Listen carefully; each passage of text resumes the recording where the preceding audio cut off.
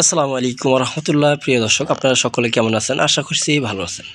দেশ কিংবা প্রবাসের সকল ব্যাংক গ্রাহকদের জন্য একটি গুরুত্বপূর্ণ নির্দেশনা নিয়ে আজকে আপনাদের মাঝে হাজির হয়েছি।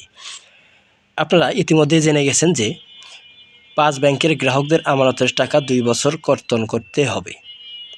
এটি আমানত ফেরতের দাবিতে গ্রাহকদের বিক্ষোভ।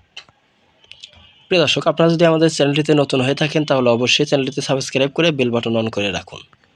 গাজীপুরের টঙ্গীতে আমানত না ফেরত দেওয়ায় অভিযোগে ফার্স্ট সিকিউরিটি ইসলামী ব্যাংকের একটি শাখায় বিক্ষোভ করেছেন গ্রাহকরা। এক পর্যায়ে তারা ব্যাংকটির কর্মচারীদের অবরুদ্ধ করে রাখেন। রবিবার দুপুরে টঙ্গী কলেজগেট শাখায় এই ঘটনা ঘটে। খবর পেয়ে টঙ্গী পশ্চিম থানা পুলিশ ঘটনাস্থলে পৌঁছলে পরিস্থিতি নিয়ন্ত্রণে আনে। গ্রাহকদের সঙ্গে কথা বলে জানা যায়, ব্যাংকটির কয়েকশো গ্রাহক দীর্ঘদিন ধরে ডিপিএস, এফডিআর সহ বিভিন্ন হিসাবের জমা অর্থ ফেরত পেতে শাখা কর্তৃপক্ষের কাছে যোগাযোগ করে আসছেন। তবে কর্তৃপক্ষ বারবার আশ্বাস দিলেও টাকা পরিশোধ করা হয়নি বলে অভিযোগ করেন তারা। এরপর ক্ষুব্ধ হয়ে গ্রাহকরা ব্যাংকের ভিতরে অবস্থান নিয়ে বিক্ষোভ শুরু করেন। এক পর্যায়ে ব্যাংকের কর্মকর্তা ও কর্মচারীদের বের হতে না দিয়ে অবরুদ্ধ করে রাখা হয়।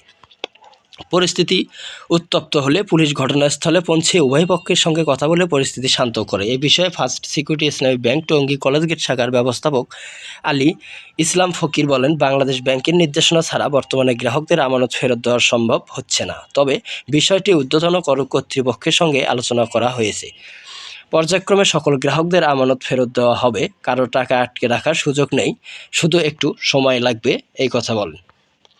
প্রিয় দর্শক, আপনারা যদি আমাদের চ্যানেলটিতে নতুন হয়ে থাকেন একেবারেই, তাহলে চ্যানেলটিতে লাইক, কমেন্ট, শেয়ার করে একটি সাবস্ক্রাইব করে বেল বাটন অন করে রাখুন, যাতে আমাদের এই নিউজগুলো আপনাদের মাঝে পৌঁছে যায়।